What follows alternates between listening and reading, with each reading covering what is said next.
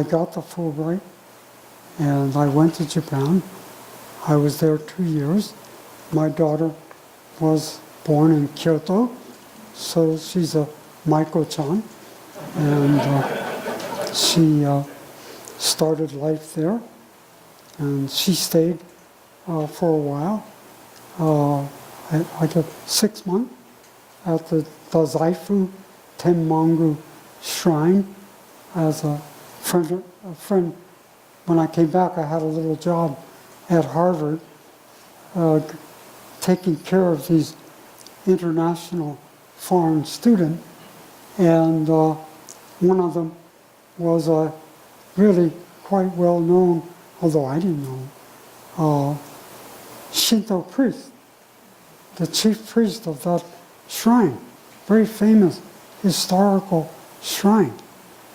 And he invited her to come and live in his home and study Japanese, which she was interested in at the time. Poor policy at the University of Hawaii, but she's got her own profession now and doing very well, so no problem.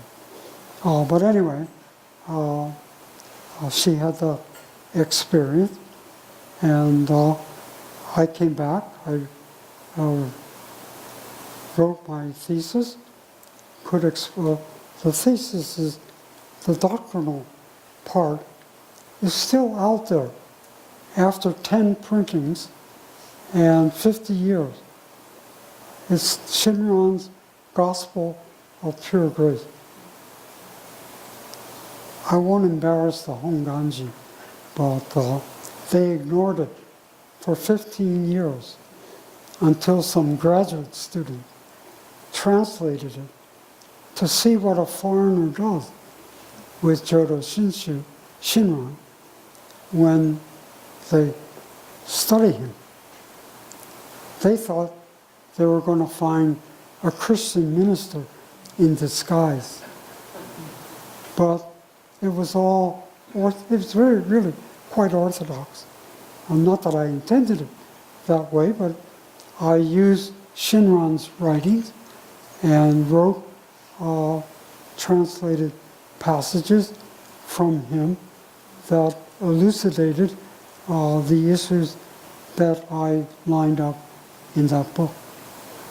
And so I got through that book. Eventually, I was invited to come to the University of Hawaii, 1970. I came over here. Who could resist Hawaii? It was always a dream. And so I came to the University of Hawaii, and we went initially to the Church of the Crossroads. I was still kind of Christian then, very liberal. But then I found there was a living community of Shin Buddhists, and so I began to attend the Betsuin, and there meeting Reverend Fujitani and some of the other really wonderful people, lay people that were there, good ministers, and so on. I decided that Jodo Shinshu was my path. And so with Reverend Fujitani, I joined the temple. And I have been there since about 1974, roughly. So it's about 40 years that I have been a member at the Honganji Betsuin.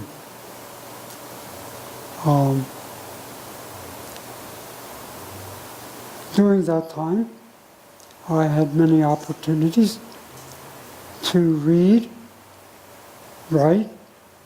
I was completely free I have to be honest to say my writing is not, I think, typical institutional interpretation of Shin Buddhism. I have problem with institutions, and I always have. So I have tried to develop a meaningful interpretation for me, what Shin Buddhism means to me, and that I have offered to the community. I don't say this is a definitive interpretation of Shin Buddhism. There are a number of interpretations. In fact, everybody seemed to make their own, even without the text. You don't have to know or even have read the text, and people think they know what Shin Buddhism is. But I don't say that. I don't want to say that. What I express is just exactly what it says. What Shin Buddhism means to me. Shinran says himself that what he offers is only his. Shinran ni oite wa. As for me, Shinran, this is what I think. You want to think that way? Okay. But it's men no on hakarai nari. That's one of the most important phrases in Shinran's writing. That it's up to you to decide what Shinran means. To you. Not what the teaching means necessarily. You have to study and kind of get into it. Then you may know something. But it's up to you whether you want to follow Shinran or not. So there's freedom. Shinran was really a great liberator. I can't express this too strongly. There's a freedom in Shin Buddhism that I have to say, given the history of Japan. And it's not Honganji's fault, or any one person. But Honganji is not Shinran. Professor Futaba, always, every time I met him, he said, don't forget, Shinshu is not Shinran. So what I teach when I have the opportunity is Shinran. If you have Shinran, you'll have Shinshu. If you have Shinshu, you don't necessarily have Shinran. If you want to question that, be free. But Shinran understanding of Amida is extremely meaningful and important to me. It solved my problem of modern religion. I couldn't believe in God. So who's going to believe in a Buddha? If he's out there or up there. He's not a God. I often tell people, it's ironic, but I think it's true for me. There is no Amida.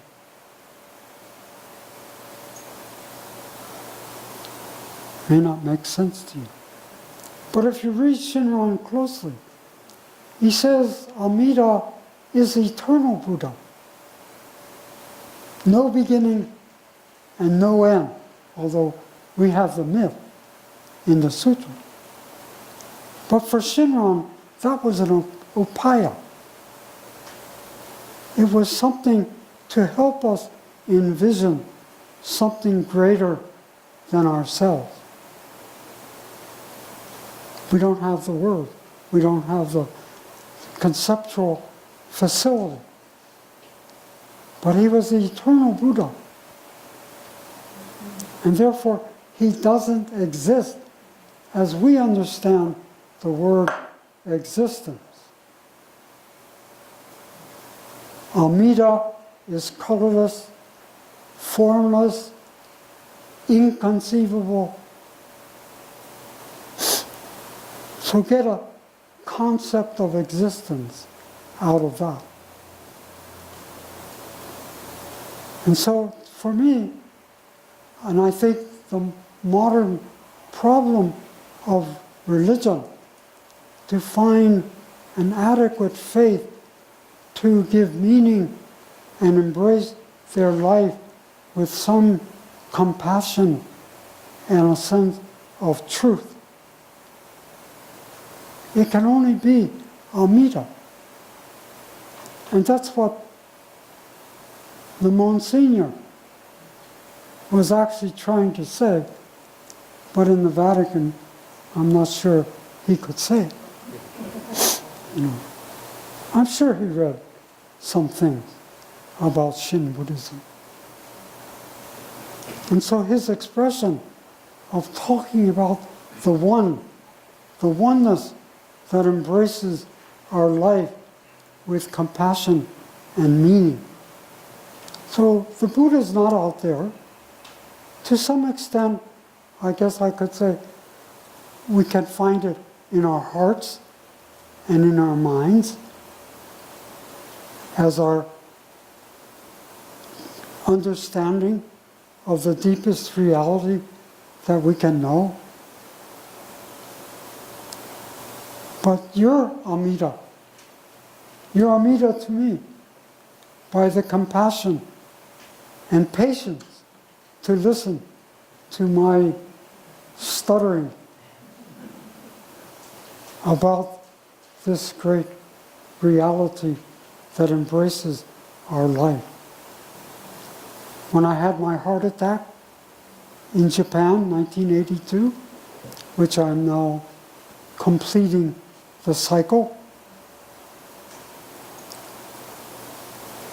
those doctors, they saved my life. They were my Amida. And that's the way I've always looked at them. They were Amida to me in the form of the nurses, of the doctors, all my friends that came to encourage me, and my wife, my family, that embraced me with their love. So there's no Amida out there. It's all here. It's all in you. If you don't find Amida for yourself in your own mind and heart, Kokoro, that's an interesting term. Heart, mind. Heart, mind. So we think with our mind, we feel with our heart. And that's the way we apprehend Amida in our life. All those people who somehow enhance, enlarge, fulfill, share, bring compassion, bring truth to my life, to your life, that's Amida. So we don't look for him on a shelf. When I was in Japan as a student. It was a headline in the Kyoto paper. Dr. Suzuki says they should burn Shinran on the sushi, on the shell. That was what was hindering Shin Buddhism in the modern world. The objectification, the establishment of the Buddha out there, Shinran out there, something you believe in. But who knows if it's true or not, if you just have it as a belief. It's only when it becomes the reality that you somehow become aware of in your heart mind, then it's real.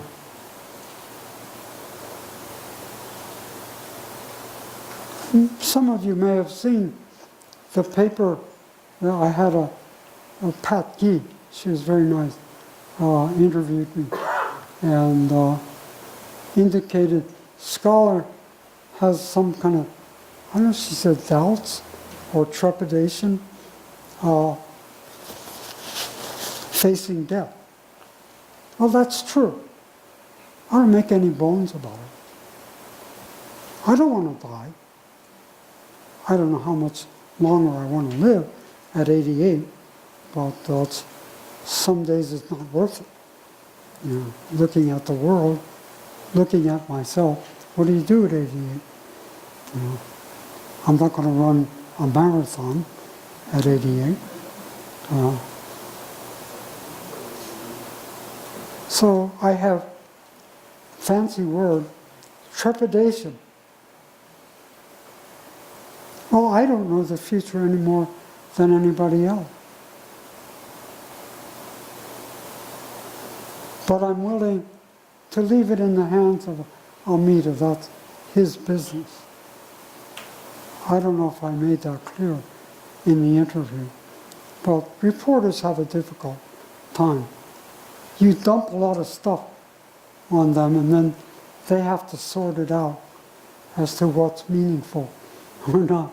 What the editor and then the readers will best understand. And so I felt she did a good job. But I have trepidation. I have no idea what's beyond that veil. And so as a human being,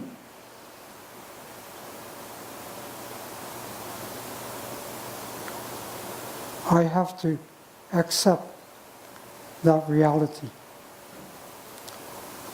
But then on the other side, I thought I conveyed, I hope I did, that still there's Amida. And like Genza, I don't care. I don't have any particular belief, defined belief. My caregiver can define it. She knows. She says, I've seen Jesus. I talked to him, and so on and so forth. Oh, okay, fine. Good luck. But I would stay with Genza. Just die. And that's, I guess, the best I can do. But I would do that because I believe also that the reality which embraces me, even tonight, in all of you, is Amida. Amida's now, away from over there. Of course, the sutra tells us we should dance for joy. We're going to the Pure Land. We meet and Shinran, it's a kind of paradox, but I don't blame Shinran. Shinran has two perspectives. In his letters, he's saying, we'll meet in the Pure Land. and we're all gathered together. I don't know any religion that doesn't say that. We'll all meet in the heaven or paradise or whatever it is. Maybe the Muslims do us one better. They have 52 virgins waiting. So what? If I follow Jesus, he says there's neither man, female, male or female in heaven. There's no marriage in heaven. So who are you going to meet? You know, these are all pictures. And everybody has a picture. So you can have yours. It's fine. But in the Kyogyo Shinsho, and I'll end with this, I think it's like the bodhisattvas all coming from paradise to spiritual home. But in the Kyogyo Shinsho, which I would think would be more normative than the letters, because there he was consoling members, followers. But in the Kyogyo Shinsho, that's his scholarly work. And he says, if you want to go to the Pure Land because you think it's pleasurable and you want to be there, you don't go. Quoting Donran. You don't go. That's an awful statement. But what's the problem? The problem is, even in the most spiritual religion, which Shinran was probably one of the most spiritual in nature, your ego is still operating. And you want to go there because it's your pleasure. You want to enjoy that. So, in Buddhism, you go to nirvana. You become Buddha. You work for the salvation of others. It's not an ego trip. I often say, actually the Pure Land is empty. There's nobody there. Because in the Pure Land, everybody comes back. They get rid of their ego. They come back to work for the enlightenment of others.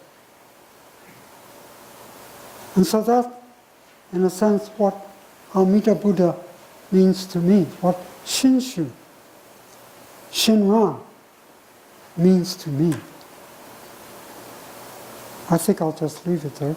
And maybe I could have a few minutes for question. I'm feeling quite, my adrenaline is running, so I could just take a few more minutes if anybody wants to raise question. I'm not, I don't stand 6 feet above contradiction in a pulpit. So just whatever meets your mind, please, yeah. Maybe we can entertain one or two questions, and let me give you the microphone because we'd like to record it as a. I really admire that statement about the Pure Land being empty, and that when people get there, basically it's just a big U-turn, right? They're going back to work, to help, to help others. There's no such thing as a refuge or a resting place. It's just a continuation. Yeah. Thank you very much. Anybody else? Questions? If you don't want to speak and just want to give me your card, I can Don't read it for feel you. hesitant. I'm open to any challenge. Not everybody must agree.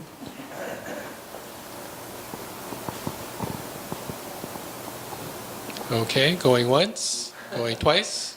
They're being compassionate.